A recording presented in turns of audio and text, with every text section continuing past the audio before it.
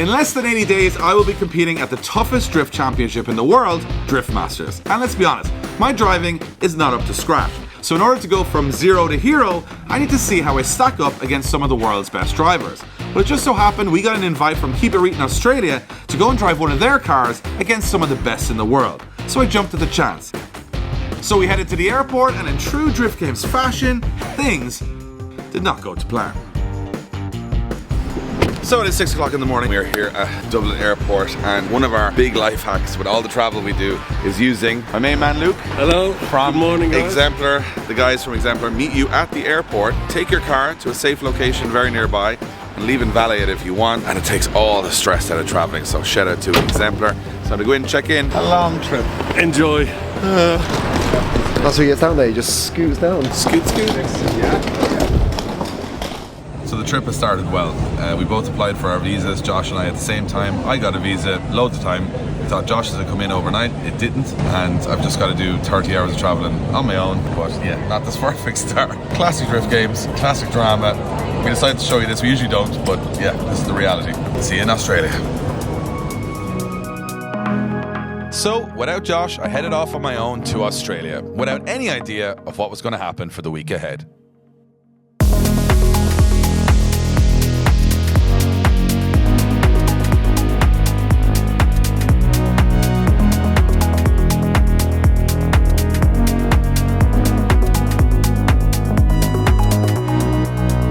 So, after an exhausting 32 hours of travel, I headed to my first destination on this journey, which is Keep It Reet's headquarters. We're here at Keep It Reet, which we've been before with the LZ World Tour, but they always have a bunch of unique cars here. So I'm going to do a quick run around, show you guys some of the amazing machinery that's going to be on track this weekend, some of it that's not going to be on track.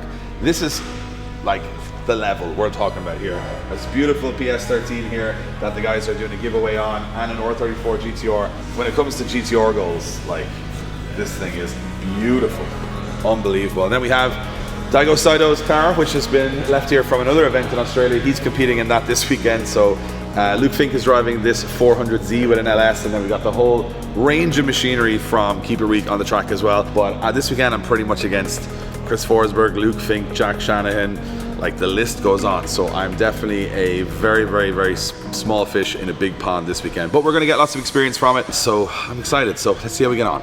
Okay, hold on. Sorry for interrupting the video, but I got some big news. So we have a massive drop coming. Our first range of 2025 is coming at the end of February. We got massive news, car giveaways, all the good stuff you guys come to expect from us. But in the meantime, we're trying to make some space for that big new order to come in. So we're getting rid of everything that's still on the shelf from 2024. There's mixed sizes, there's not a whole lot there. But for the next 72 hours, if you want to grab this, or even this, it's up to 50% off. No, not up to 50, it's 50% off. Every hoodie, every t-shirt, including kids' clothes, 50% off. We've never done that before, but on the website for the next 72 hours, there is a countdown on the website. Grab yourself Drift Games gear for the cheapest price it will ever be. All right, back to the action. So I arrived to Calder Park for the test day. I've been here before at the LZ World Tour. It's a really cool venue, and this event was going to be massive. Keep It Reet have a car show, a music festival, and they also invited drivers from all over the world. And so the grid was going to be absolutely stacked for 2 top 16s over 2 days. Well, what am I driving? Well, it's pretty goddamn Australian because it's this.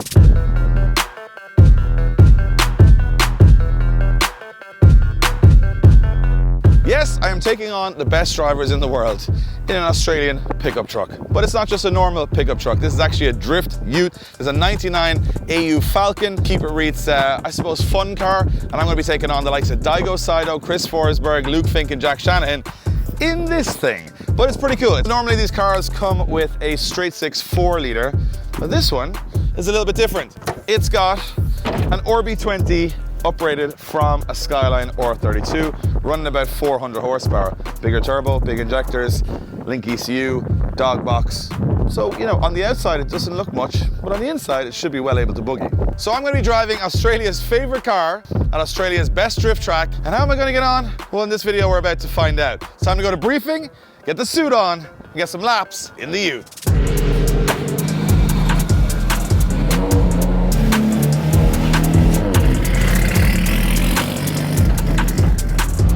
Okay, so we're in the AU Falcon. I have no idea what to expect. He's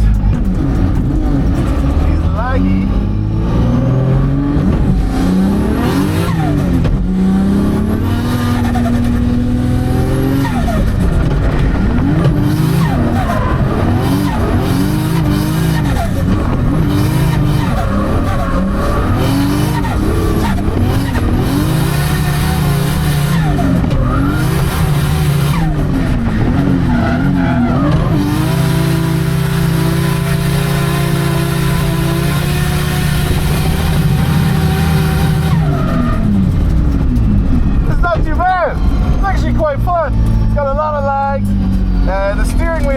difficult with the gloves because it's quite slippery, but it's not too bad. I think like it works. What a weird car. After a couple of laps, I was actually getting pretty comfortable in the Ute. Well, maybe a little too comfortable.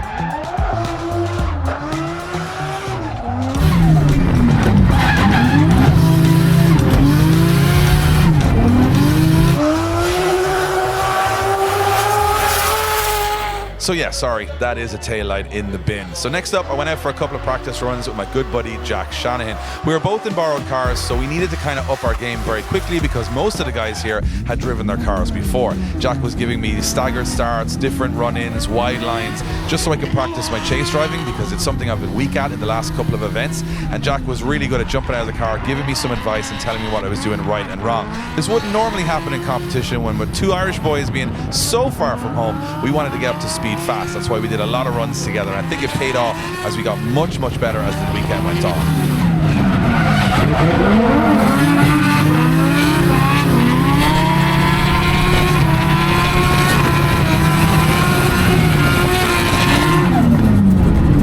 That was better.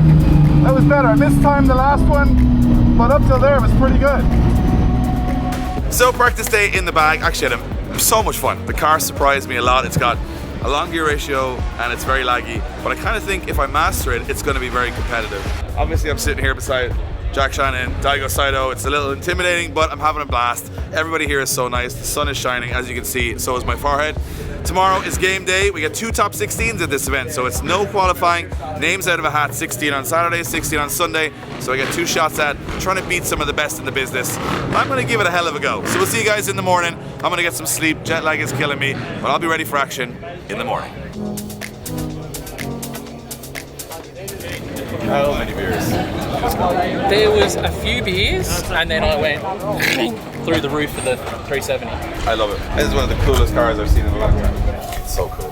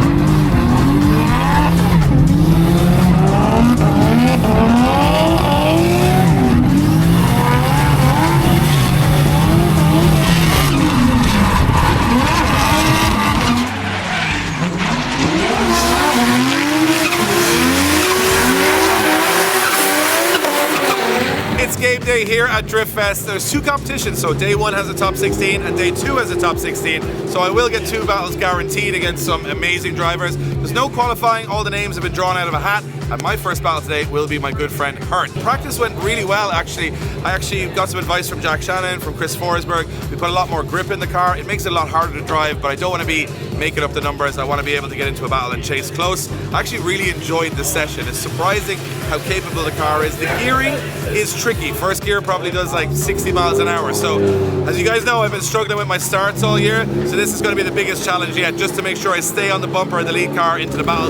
If I get that done, I'm feeling pretty confident. So I'm going to get booted, get suited, and get ready to go to battles here in Australia.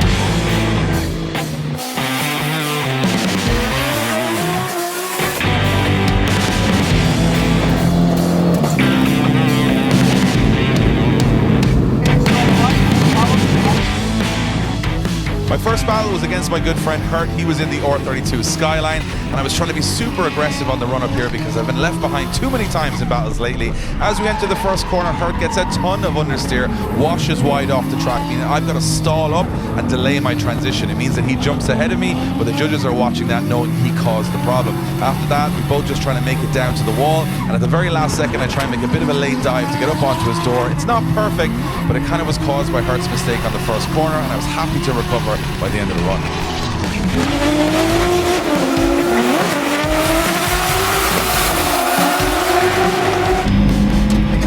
little bit of understeer on the first corner. I had to wait for him, which kind of messed up the middle of the track for me, but I kind of shortcutted it, got back on the door at the end. So I think I did the best I could. I'm happy with that one. Just got to be smooth in the lead now, not do anything too stupid. So here comes my lead run, and the first gear is so long in this car. You got to ride the clutch to get it up the boost in the RB20, and it's quite laggy, but it is easier in the lead position because you kind of dictate all of the pace. I've been getting pretty solid in my lead runs throughout the year, and I'm kind of happy that once I get into a groove, I can stay in that groove. One of the big things in the lead position you don't want to do is change anything too much or concentrate too much on the car behind you. So I'm trying to stay laser focused, blinkers on, and just do my thing. And this is actually a really tidy lead run where I get the rear of the Ute right out to the wall. Knowing that Hurt had the mistake on the first run, I was kind of confident I might take the win this time. So I got the win in the top 16 and I was moving on to top 8. The judges deemed that Hurt's understeer messed up my chase run, and my solid lead run got me the win. And I can't believe it. I'm in a pickup truck in front of a big Australian crowd and moving on to the top 8. So I sat back, watched the rest of the action, which came thick and fast, and got ready because I knew the next battle was going to be a big challenge.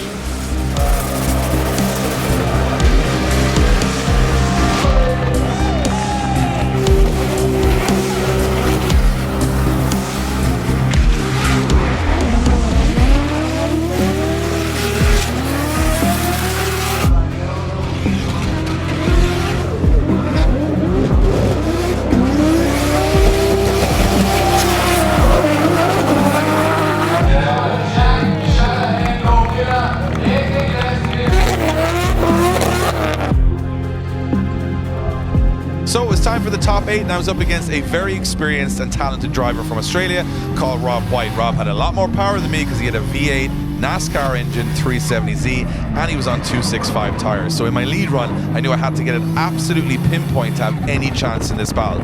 Again, I did the same run I've been doing kind of all weekend, didn't make any major mistakes, put it close to the wall, and did exactly what the judges said at briefing. Actually, my lead runs were pretty much the same the whole way through the weekend, so I knew the chase was going to be my biggest challenge.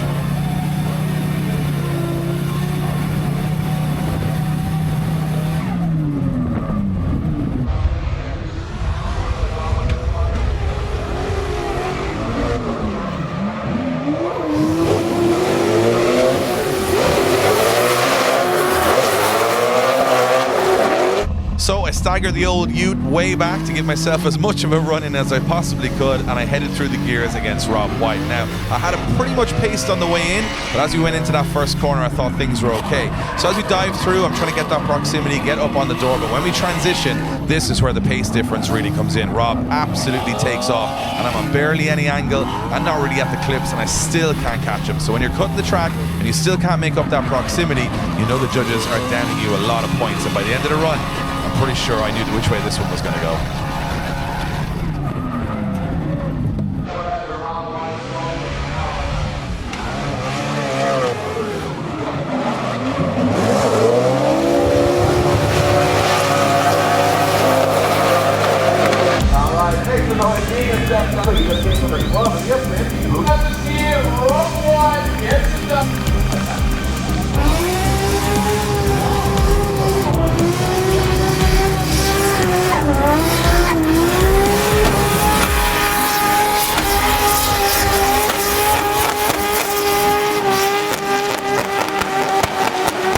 So day one ends at the top 8. We had 2 battles. We beat Hurt. I was very, very happy with that. But second battle, like, you know what? We've been struggling with that run in and that start. And this car, with its like, could probably do the first corner in first gear. Really long gear ratio in it. And I think I managed it pretty well. I kept it on the boost. I did a really good lead run. I think all my lead runs today, again, were pretty solid. So we're not too afraid to go to Drift Masters with my lead runs. Chase runs, I think I did better. He had definitely had a faster car. He had more go, but I gave the Ute every bit of chance to get on it through the first 2 corners. I rolled him on the start. I got in nice and tight. I was there where I needed to be, and then he just pulled. So once he pulled, I was like cutting track to try and stay up. So got a little out card, but he's a really good driver too. So don't take anything away from his lead run. It was perfect.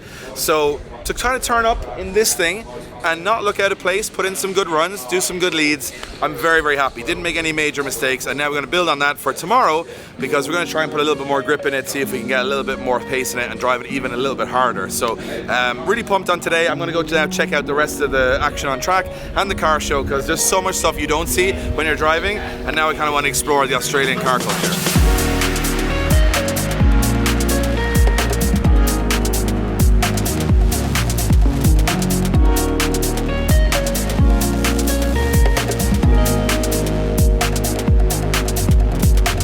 want to check out some of the cars because the Australians do it pretty well. I've got Tom with me. Tom, flip the camera.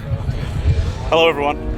Tom is helping me out to film stuff this weekend. He's been awesome. He's the reason you're seeing this video at all. I'm going to start with one of my favorite cars here, which is this kooky S14. You know I love my S14. It's like an old school kind of metallic, what would you call that? It's not green, it's kind of cream. It's like a Millennium Jade, but it's much lighter. Yeah. Love these rear fenders. Proper 326 power wing. And then this is what I want to do on mine. So this is the clear rear end. Well, I don't know. Let me know in the comments. I think this is a really good look. I think I want to do this with my one. There's another car here I want to show you. This is lovely. I have a soft spot for Aristos, and this is absolutely how you do it perfectly. It's even got like the little pinstripe painting on the side. Oh, it's just beautiful. I'll tell you what, that's probably one of the nicest Aristos I've ever seen. There's a lovely 32 here and like kind of a baseline blue as well. And then this. So we never really got many of these. Boys got some shirts. So we don't have many of these in Ireland, and I think it's like a shame because the R31, when it's done right, I think it's got like that old 80s boxiness. This is absolute perfection. Red, body colored, spinners on Watanabe's. Like I saw this roll in this morning and I was like, oh, I would love an R31. I actually think I'd love an R31 one like this now more maybe than an R32, so that's controversial, but I think they look super cool, and there's loads of them here everywhere, which is very cool. I was going to let you go and I'm like, I'm Australian, I'm a rude cunt, so I'm going to have to come and get one. Thank you so much. No problem at all. Lovely to meet you. Lovely to meet you. Lovely to meet you, Bella. We've been watching your shit. Crew is in. We have been watching your stuff for a little bit now, and sorry and congratulations. Thank you. Appreciate it. We're kind of on the other side of it now. Keep working hard. The only thing burning now is my face. Wait, welcome to Australia. This is actually one of my favorites here as well. I'm getting this thing now where, you know the way everybody's jumping on all these channels, like classic Porsches, classic. I'm kind of on the buzz of like, I would love a classic Ferrari. Absolutely stands out. Check this out. SSR formulas. Like, oof. I would love to do an old Ferrari with a Liberty Walk wide body and like JDM wheels. That would be like the dream. I can't afford that yet, but they're really terrible to drive because I've driven one and I can't fit in them really, and the pedals are really small and awkward, but they look so good. So you know me, I love my S13s, coupes, PS13s, whatever you want to call them. Here's like the holy trinity. You've got convertible S13, which is rare in itself, factory convertible. That looks really nice. Then you got cream over gold two-tone, which is also incredible on SR meshes. And then you got another old school one with an SR, race fancy one today. Like just lovely, just loveliness everywhere. This Civic is lovely. This Smart 4 is lovely. Everything is lovely. Like even C33 Laurels, which I hate. This one's lovely. Like there's even a. Is that a Colt with Lambo doors over there? It is. It's been like a wild day. I've had an absolute blast, and yeah, there's so much cool stuff here. There you go. Thank you guys.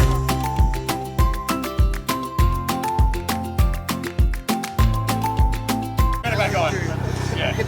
Probably been 10 years since I did that. I used to have a car similar to this years and years ago.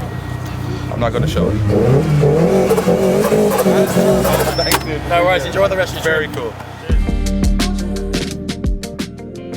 One of the strangest things for me when we travel so far from home is how many people recognize drift games now. This has definitely not been an overnight success, and for so many years we were plugging away at videos and nobody really knew who we were. And now when we go to events, there's so many fans that come up looking for autographs and pictures. It's really humbling, and from being behind the camera for most of my drift career, now being in front of it, it's such a change that people want to actually ask you about your projects or your driving. And the fans in Australia were absolutely incredible, so knowledgeable and so nice, and giving us gifts, and I tried my best to make as much time as possible to sign every autograph and take every photo, because I know this is a very, very unique experience and also a very privileged position to be in.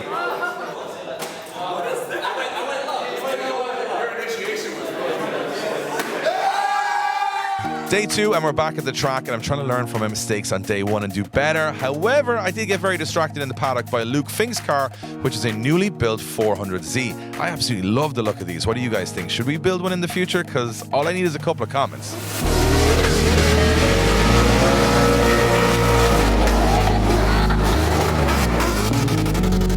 Here's where I push things a little bit too hard in practice. Now, you guys saw that I got left for dead in my battle on day 1, but I decided to dial a bunch more grip into the Ute, down the PSIs on the semi-slicks to 15, and the car was barely able to spin them. So after many clutch kicks, the clutch decided eventually to overheat and give up, meaning the Ute was out of action for the rest of the day.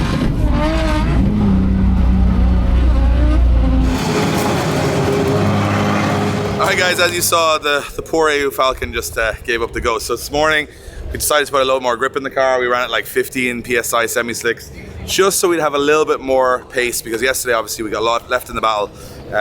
It was doing it was hard to drive, but had to be kind of kicked the shit out of. So I did so many clutch kicks that eventually the clutch gave up on the car. So fortunately, not the end of the day, because it's an exhibition event, we're allowed to double drive cars. So I'm back in Old Faithful. So 2 years ago, I came over to an event here for the first time, and I was driving this R32 Skyline. Hertz driving it this weekend. We had the battle yesterday, so now I'm jumping in a car.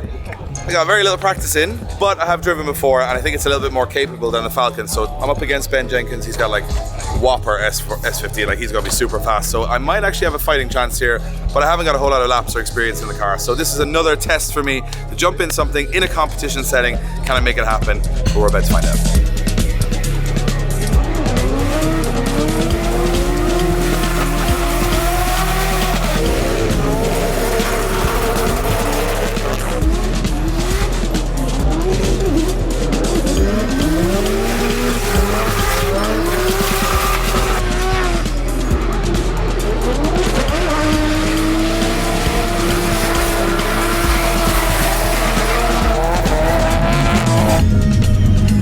Here we go, top 16 battle against a good friend, Ben Jenkins. He's very good. Ben Jenkins is one of the best drivers from New Zealand, and he's a good friend, so I knew this lead run was going to have to be spicy. In the R32, you can throw a lot more at it, though. The gearing is a little bit better, it's got a little bit more go, so it could be a bit more exciting in my driving style. The hardest part was this, second to third upshift coming out of the corner, but I pretty much put it off perfectly in the lead run. And again, my lead runs are not my issue, but I knew Ben was going to be super aggressive in the chase, so this had to be absolutely perfect. After a skimming wall run, I was very happy with this lead run.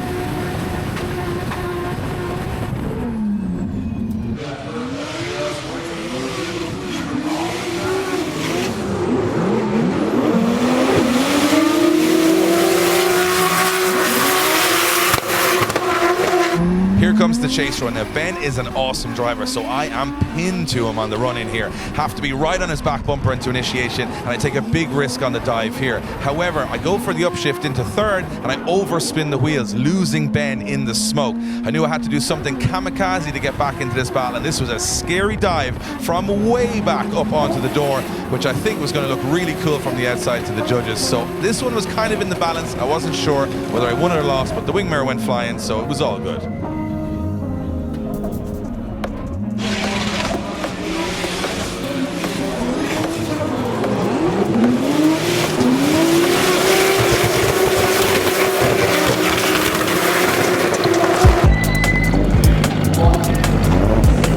So the big dive paid off, and the judges gave me the win by the narrowest of margins. That could have gone really wrong. I could have put both of us in the wall, but this is definitely a part of my driving that I'm improving, which is getting much braver. And we were moving on to another top 8, this time in a different car.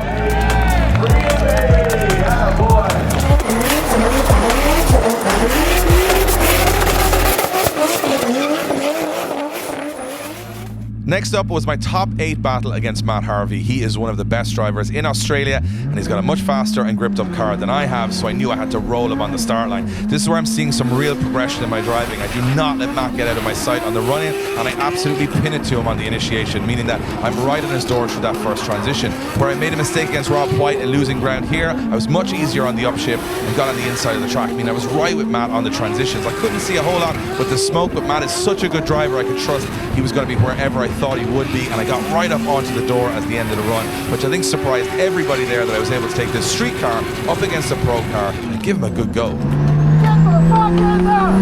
Yes!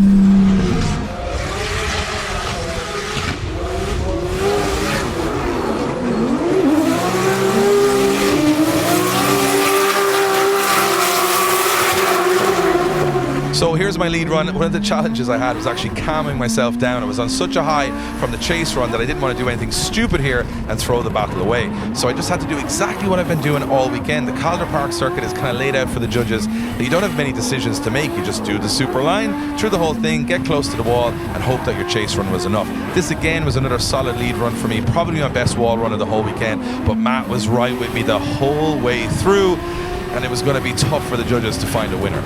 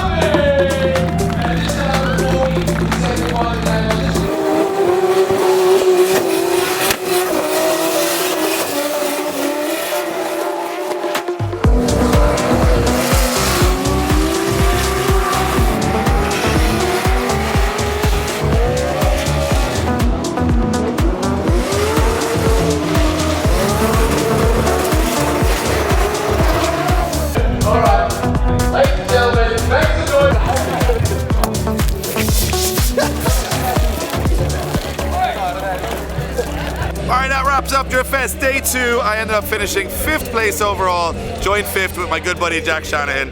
I'm really happy with my driving. I think this weekend I pushed a little harder, I was a little bit braver, I took a few more chances, and my leads were still good, but my chases, I got a lot better. But when I get back home, I'll give you some more thoughts on how I think my driving has improved just because of this event. In the meantime, we're still in Melbourne, we got another day to spare, and I want to go check out something that's super cool that I've seen on Instagram that I've been kind of dying to see for over 2 years. We're going to party here tonight, and hopefully we're not too hungover to go check out some cool cars tomorrow.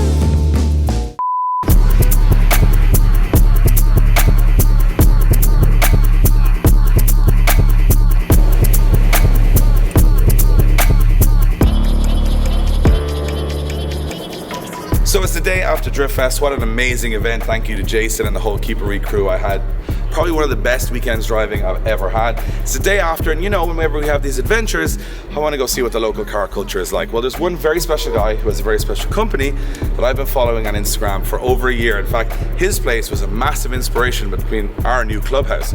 So he's decided, I don't know why he's so nice, I've never met him in person, to bring down a bunch of his friends, a bunch of cool cars, and we're gonna go check out his spot. And I've just got a peek of what's around the corner. You guys are gonna be in for a treat.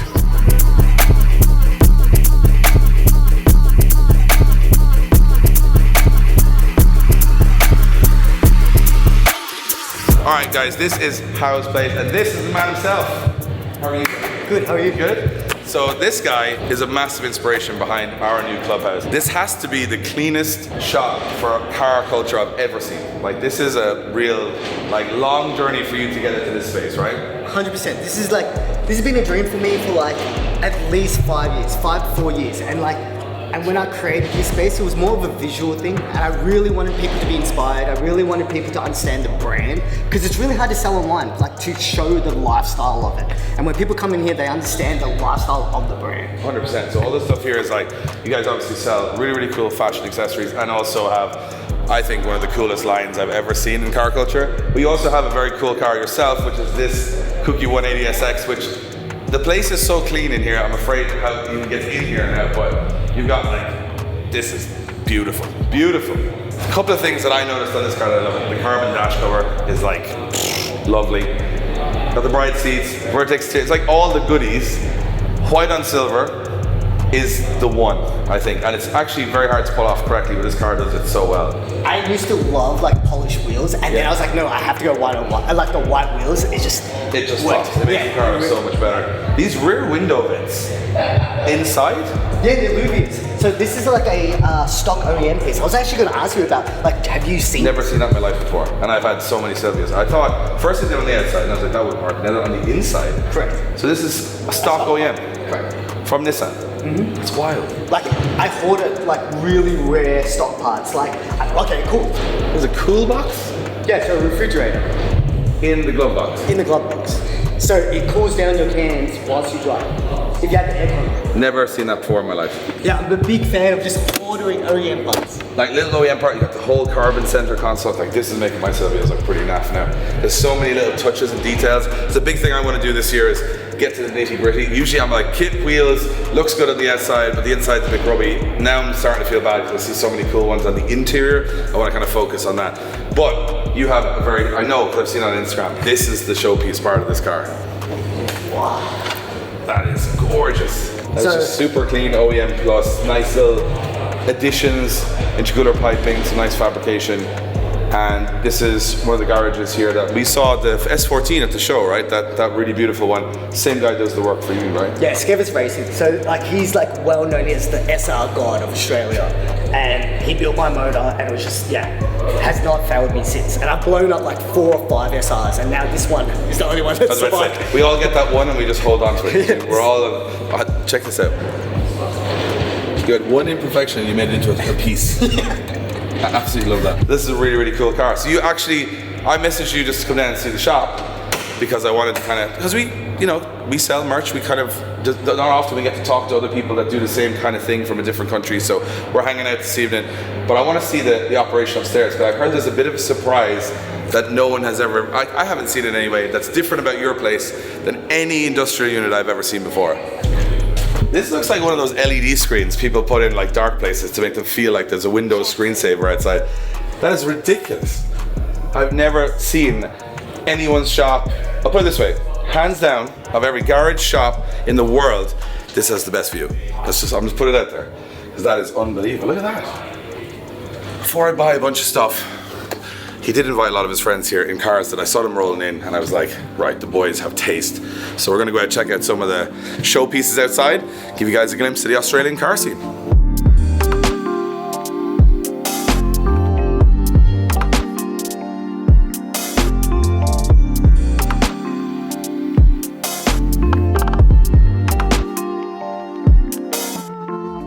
I'm always in my happy place talking to car enthusiasts, and it doesn't matter where they're from. This Melbourne meet was the perfect finish to the perfect event, and I can't wait to come back to Australia someday soon. But back to reality. Thank you guys so much for watching my Australian adventure. We hope you guys enjoyed tagging along. It was an awesome event. Thank you to the Keep It Reet guys for putting me in not one, but 2 different cars. And I got 2 top 8s over both days. And some of the drivers I was up against were just like super talented. So I learned an awful lot. The event, the vibe was great. There was an after party. I won't talk too much about that. We even got to go see some cool car culture around Melbourne. I've been to Melbourne 3 times and I absolutely love the people, the fans, and it's still so wild that people know who we are so far from home. So what did we learn? Well, it was an amazing weekend, so worth the travel for what we learned on track. So we've got some good points and we got some bad points. Some good points are, I think my start lines got better. Compared to my first round in the Emirates Drift Championship, I was definitely timing the starts better and getting on the door coming into the first corner. Again, my lead runs were very, very good at this event and I didn't make any mistakes there, which will really help for qualifying in Drift Masters. And overall, I didn't panic or get nervous in any of my battles, which was something I was doing in last year's competitions. On the bad side, I still need to work on my chase driving. My timing isn't perfect. Sometimes I'm all or nothing. Sometimes I'm losing drivers at certain parts of the track. I need to be a little bit cleverer in how I apply the throttle and the angle to stay in the battle. And 2, as the Ute found out, I need to maybe have a little bit more mechanical sympathy. You can't just dial the grip into a car that just doesn't have the power. You've got to find a different way of doing it. And that's why I broke the clutch on the car eventually on the Saturday morning. But all in all, I think the progress was really good. You guys let me know in the comments below what you think. From where we started the project this year to where we are now, I think there's definite progress, and next up we'll be heading back to the Emirates Drift Championship for round 4 to see if I've learned even more from the first time. So this journey, I really appreciate you guys being along for it. I'm definitely not sitting here saying I'm the best driver in the world. I've never claimed that. All I want to do is get better each and every event, and I hope you guys are seeing some progress because I'm taking it very, very seriously. So on the next episode, we will be back drifting again, but I want to be pushing the boundaries every single time. So we're ready for the biggest challenge of my career in April, which is Drift Masters.